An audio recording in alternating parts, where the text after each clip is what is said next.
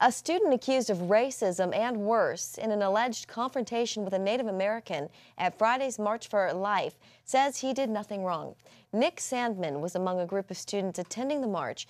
Native American Nathan Phillips was also there for an Indigenous Peoples March. The students were seen chanting and laughing as Phillips drummed. The video was shared on social media and went viral, and the students were condemned for their actions. But Sandman, who was shown standing in front of Mr. Phillips smiling, says he was only trying to calm things down in the midst of all the chaos. Both Sandman and Phillips say they were trying to diffuse the tension between their groups and a third party. That group, affiliated with the Black Hebrew Israelite movement, was caught on camera beforehand. Build a wall in front of Europe. That's right. You crackers are crazy. That's right. Crickets. A bunch of future school shooters. That's right. Look at that mob of these dirty animals. They gone. That's right. A bunch of Donald Trump incest children. And the Catholic school students responded to the Black Hebrew Israelites group by starting a chant. All this before the Indigenous Peoples group, led by Phillips, came onto the scene. The Native Americans acting as a wedge between the students and the instigators. Sandman responded to all of his critics on social media, writing, quote, "I am being called every name in the book, including a racist, and I will not stand for this mob-like character assassination of my family's name." Well, here with us now to help us break down some of what we've been seeing is Will Riccadella. He's the social media director and reporter for the Washington Examiner. Will, thanks for braving the cold to be here with us today. Thanks for having me on. I appreciate it. Will, what happened here? This seems to be more than just social media bias. No, this is a story that the media saw as an opportunity.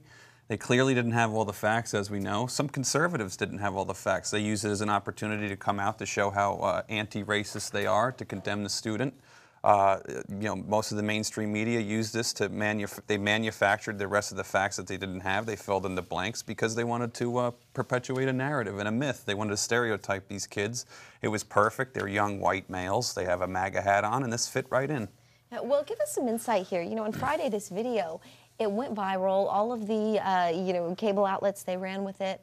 But in their defense, if news programs didn't go with this story, wouldn't it have really, spread anyway on Twitter, on Instagram, all of these different Certainly, places? but news outlets can hedge. They could say, we don't know the facts. This is the part of the video that we do have. We're uncertain of the circumstances. They made claims. They put in their headlines claims that this student was racist, that he's a bigot, and he was a Trump supporter. They literally filled in the blanks. This is not journalism 101. This is manufacturing a story. Well, so there seems to be a culture of immediacy in today's competitive media landscape. And this case is probably the perfect example of pushing things out without knowing the whole story. So there was the third party, as Jenna just described in her previous read, and we now know about it as they were the ones who were instigating. But that didn't come into light until later. So what could journalists have done differently in this case? Now, I'm a social media director. I have been for a few years now, and I'm all about immediacy. I'm on social media. This wasn't about immediacy. This was about a narrative. This fit the narrative. That immediacy, that's nonsense. That fit their narrative. They wanted to get it out there. It was perfect. It was a time during the shutdown. This was what their readers enjoy. This is what their readers want to click on. And that's why they did it. Plenty of times we held on a story because we didn't have enough sourcing. We didn't have our facts straight. It happens all the time in journalism. So the idea that this was a thing about being immediate is utter nonsense. Will Riccadella with the Washington Examiner, thank you so much. Thank you. Appreciate you coming I appreciate it. Yeah, thank you. Thanks for joining us. Well, we here at CBN are privileged to work with a team of talented journalists who are both in front of and behind the camera. Well, on today's episode of the Rundown podcast, we introduce you to Washington Bureau's new assignment editor, Veronica Glover, one of many people responsible for this broadcast. Ironically, she says, radio was my first love, but television happened to me. More about that and how she says God prepared her for her new role at CBN today on the Rundown. Well, when we come back, an unexpected friendship and partnership leads to two strangers discovering a stunning family connection. Tikkun Olam. This is our nature as a country. to make the world a better place. Literally, we felt the earth shaking. The Christian Broadcasting Network presents To Life, how Israeli volunteers are changing the world. This film needs to be seen by everyone. I was in tears. Now you can own the inspiring documentary To Life on DVD. There is blood on our hands if we know and we walk away. I'm so grateful that this film was made. To Life can be yours for a gift of $10 or more. Call 1-800-700-7000 or log on to cbn.com. We know that every minute counts to save life. It'll bless Israel, but it'll also bless all the friends of Israel. Discover the untold story of how Israeli volunteers are making the world a better place. Call 1-800-700-7000 or log on to cbn.com to get your copy today. Come home to the Southern Gospel Station from CBN Radio. You'll enjoy a rich Southern blend of bluegrass, classic gospel, and Southern gospel favorites. CBN Southern Gospel. Available now at cbnradio.com.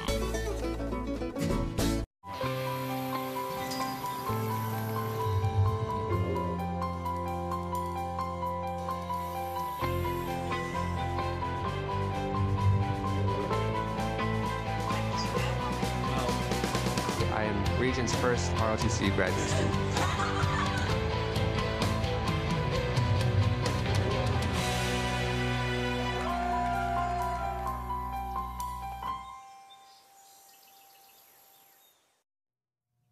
Welcome back. Well, at a time with racial division on the rise, two ministers from totally different backgrounds say the church is uniquely equipped to lead Americans toward healing. Amber Strong has the story. The United States of America, the world's great melting pot. Each person arriving to this country with a unique family history of how their ancestors put an imprint on their lives. Yet with all that diversity, we're often more connected than you might imagine. Matthew Lockett is the great-grandchild of farmers and a pro-life advocate. He would actually make a joke out of it, my dad, and he would say, I guess we're just a bunch of mutts from Kentucky. Will Ford is the descendant of slaves. He travels the country sharing a message of racial healing. They didn't think they would see freedom in their time, so they prayed for the freedom of their children and the next generation. Two men on two very different journeys, but their worlds collided when they attended a prayer meeting together. And I show up at the Lincoln Memorial because of this dream. I don't know why I'm there. I didn't really even know that much about prayer, but that was the first place that Will and I came together. They attended a church service later that night. That's where Ford shared the story of his ancestors' prayer kettle, a pot used by slaves to muffle their voices during secret prayer meetings. That led to a deeper conversation, which resulted in a friendship and an unexpected partnership. We just started running around the country together and doing prayer meetings. The Lord said this to me. He said, if I heard the silent whispers of slaves underneath kettle pots, how much more so do I hear the silent screams of babies being aborted in this nation? Over the next decade, they spread a message of life and love. Love for the man next to you regardless of race, and love for the unborn. But the story doesn't end there. Lockett says there was something about that first meeting he just couldn't shake. He shared the part of the story that shocked me, that this kettle had been handed down to Harriet Lockett. Years of research led them to a stunning discovery. My oldest known family member was a man named Isaac Lockett. The only Locketts at that time period in Virginia was Matt's family.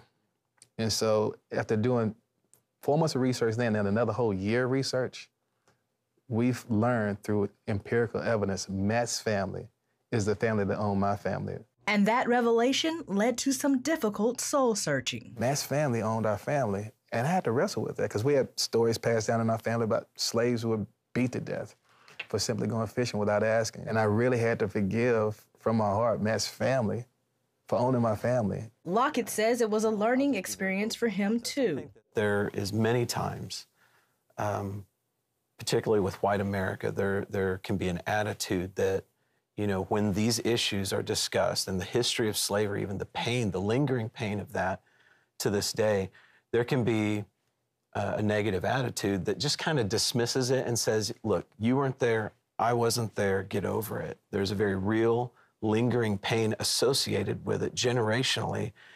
And now that pain had a face, and it was the face that I love.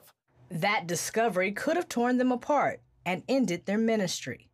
Instead, it strengthened their resolve. God is using a united church to heal a divided nation. Lockett and Ford say every part of their story, even the tough parts, are by design. They say there are no coincidences, even down to the location of that first meeting. Sons of former slaves and the sons of former slave owners will be able to sit down together at the table of brotherhood. It was here almost 55 years ago that Dr. Martin Luther King Jr. delivered his I Have a Dream speech. Lockett and Ford believe they are living examples of that dream fulfilled. And that allows them to travel the country together, sharing their dream for the church. I think what God is shouting to America right now is this: what storyline do you want to be a part of? The healing or the hurt? The blessing and the curse? Two men from two different backgrounds, sharing a surprising connection and pursuing a common mission of unity, life, and healing. Amber Strong, CBN News, Washington.